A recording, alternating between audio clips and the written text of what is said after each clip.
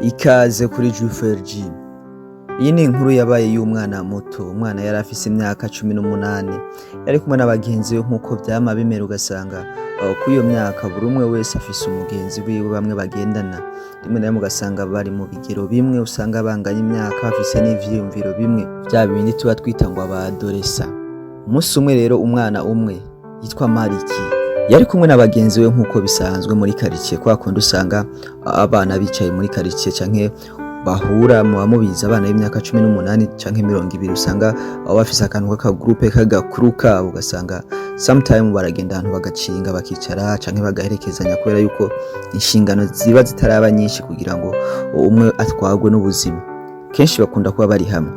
Rero umunsi umwe bari muri quartier iwabo aho baba, nuko batangura gutera inkuru, ama blague nyene, kwa kundi usanga umenga bariko baratera inkuru, haca hadukamo guharira. Hatahadutsemo guharira rero, uyu Mariki aharira na mugenzi we Patrick.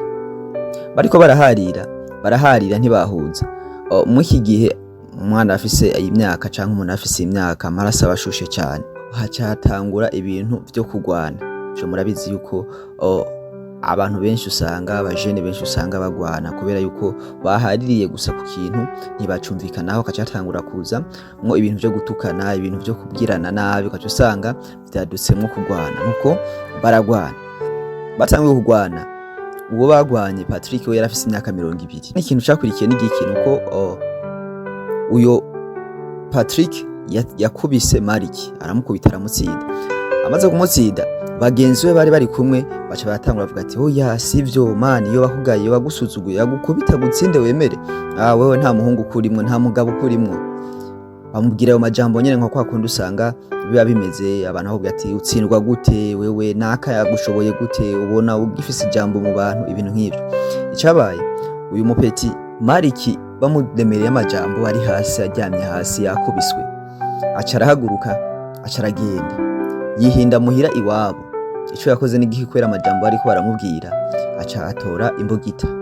Amaze gutora imbugita aca aragaruka aho bariko baragwanira n'abamuhungu, abasanga aho ariho bakiri, ahita acumita umuntu bita Patrick. Cakurikiye n'igiki, yahise apfa. Amaze gupfa, ivyakurikiye n'ibiki, abantu bo muri quartier canke abantu bo mu gace babayemwo babaye bushwa baduka ati yamara umuntu arapfuye, hariho umwana yishe umuntu. Baravuga ati rero uyu mwana yuko yarakwije imyaka 18 yo gufungwa, ategerezwa kuja muri prison. Baramufashe bamutwara kumufunga, bamucira imyaka 15. Bamaze kumucira imyaka 15, arayikora.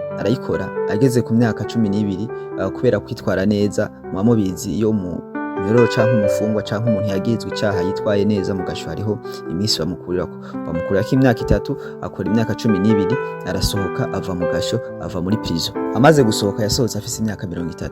Mu yafunzwe afise imyaka 18, bamufunga imyaka 12, asohoka afise imyaka 30. Aravuga ati wow, rero ndasohotse, reka ngende kuraba abagenzi banje twaposhanya kwirigara, babajama twongere tuvugane. Ageze muhira yongera kurondera babajama, abaza ati banaka barihe, avuga ati banaka bakora ibi n'ibi, banaka barateye imbere. Hanyuma arabarondera, bamaze guhura baca bamubwira ngo ehe wa wundi yiyicira ubuzima, ti wewe niwe wishe ubuzima bwawe, kubera yuko yasanze bo barateye imbere, yasanze bafise ibintu byinshi, yasanze bafise amamodoka, mugabo we nta kintu na kimwe yari afise ubusa, ko yaravuye muri prison, ntiyarazahereza. Baramubwira ngo wewe niwe wishe ubuzima bwawe, biriya bintu ntivyari ngombwa kubikora, biriya bintu wararengereye, wakoze ibyo tutaje twakubwiye. Bibagira ko vyose ari bo babiteye, bibagira yuko vyose ari bo babitanguye mu kumuhanura ibintu bimeze nabi. Rero hari igihe mu buzima ushobora gusanga abantu baguhanura ikintu canke ushaka gukora ikintu kugira ubemeze. Uyu musore Mariki icamukwegeye nuko yavuze ati jewe ndatsinzwe ariko baransuzugura, reka noneho ndabemeze vyume. Aca ahita akora ikintu kimwicira ubuzima. Hari igihe ukora ibintu wibaza ngo uri kuremeza abantu, hari igihe ukora ibintu wibaza ngo uri kuremeza abakanaka, mugabo inyuma y'igihe canke muri kazoza ugahita uregreta. Kwa kundi usanga abantu bagusifiye bakuvuga ngo naka ngo ikaragishoboye, ngo naka ngo n'umu professionnel mwibi bintu, ariko ugasanga nta kamaro nakamwe bikumariye atari kukwicira ubuzima. Bo bazogenda bava mu buzima bwawe bagende gukora ivyabo, ariko wowe uzosigara uregreta ibintu wakoze kubera banaka bakwemera, kubera banaka bameze ukuntu. Sinzi ko wari umaze kubona umwana akiri muto n'abandi basanga bagira ivy'amaderiye vy'amashite canke ivy'ibiki, wasanga bavuga ngo naka ngo arashoboye, ngo naka ngo arabizi, ariko iyo uvunitse bose baca biruka, wasigara uragwanirwa wenyene. Iyi nkuru ishatse kuvuga yuko mu buzima hariho amajambo y'abantu udakwiye gukurikiza canke hariho ivyiyumviro vy'abantu udakwiye gukurikiza. Iyo ibintu bitanguye kuvuga ngo iyaba ari jewe nari kugira uko, iyaba ari jewe nari kugira uko, iri jambo uzoryitondere. Iri jambo ni ribi cane kubera yuko umuntu ashobora kukubwira ibintu yiyumvira mu mutwe, ariko uko yari kubikora ntaba ariko nawe ubikora. Hari ubuzima canke hari ibintu turogereta kubera yuko impanuro z'abandi bantu canke amabwire y'abandi bantu batubwira ngo iyaba ari jewe nabigenza ukuntu nari kubikora uko. Rero nawe nimba mu buzima bwawe ufise umuntu yama akubwira ngo je nari kubigenza uko, je nari kubikora uko, ariko ugasanga mu buzima bw'ivyo bintu akubwira atarabikora ko na rimwe, uze witonde kubera yuko ushobora gusanga wishe ubuzima bwawe. Tuzungutswe n'abantu baduhatiriza gukora ibintu ariko bo batabikora. Tuzungutswe n'abantu baduhatiriza gufata amadecision akomakomeye mu buzima bwacu, ariko mu buzima bwabo atayo bafashe. Tonda abantu baguhanura kubera yuko aha hanze abantu bararusha kandi buri umwe wese asigaye ashaka kwinjira mu buzima bw'ubundi hakuba mu buzima bwiwe bwite. Jewe wumva Joy G Fergie, murakoze.